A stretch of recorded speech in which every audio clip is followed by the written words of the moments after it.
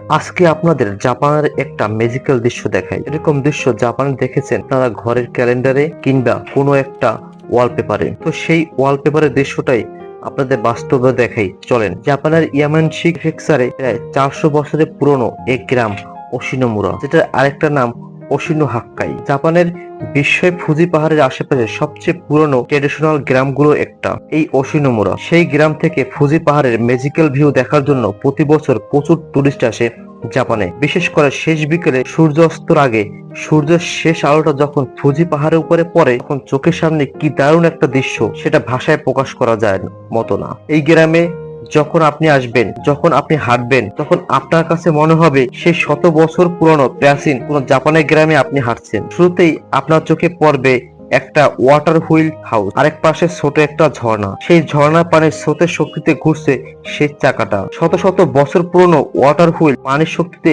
অনবরত ঘুরছে এই চাকাটা। তখন আপনি ভাববেন চাকাটা এমনিতেই ঘুরছে। যখন চাকার পাশে ঘটাতে তাকাবেন, তখনই আপনি দেখতে পারবেন এটা আসলে আটার তৈরি একটা পাথরের মেশিন। বিদ্যুৎ আসার আগে সময় মানুষজন পানির শক্তি ব্যবহার করে এই যন্ত্রটাকে বানিয়েছিল। পানির স্রোতের সাথে সাথে এই চাকাটা যখন ঘুরতো সেই শক্তিতে ভেতরের চলের কল, গমের কল, আটার তৈরি মেশিন সবই চলতো। আর এটার বয়স প্রায় 150 বছর। কি দারুণ এই জিনিস! আর এত বছর পরেও কতটা সচল এই যন্ত্রটা, জাপানিজ কোয়ালিটি বলে কথা। চলুন এখন ভেতরের দিকে যাই, দেখি কি আছে। আর এর মধ্যেই শরতের কালারে চারপাশের একদম রঙিন হয়ে যায় এই ওশিনো হাক্কায়। শত বছর আগে যেমন ছিল ঠিক তেমনটাই আর নেই। প্রধান ঘরগুলোর মধ্যে 3টি পুরনো ঘর এখনো আছে। আমরা প্রথম ঘরটিতে দেখলাম ভিতরে কি আছে, এখন দ্বিতীয় ঘরটির ভিতরে কি আছে চলুন দেখি। তার আগে বড় ঘরটার পাশে আমরা দেখলাম পুরনো কিছু যন্ত্র। এখানকার লেখাগুলো পরে বুঝলাম এগুলো প্রাচীন ধান মারাইয়ের যন্ত্র।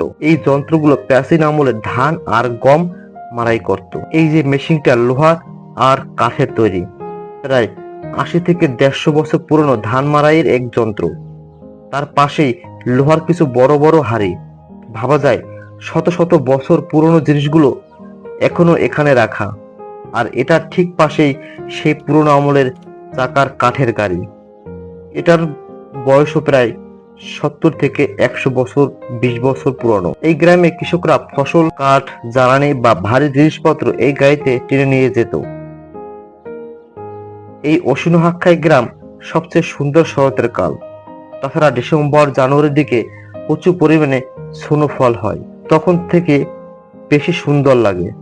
আগেই বলেছিলাম যে এই গ্রামে আরেকটা নাম আছে ওশিনো হাক্কাই, কারণ এই গ্রামটা 8টা পুকুরের জন্য পুরো পৃথিবীতে বিখ্যাত। সেই পুকুরগুলো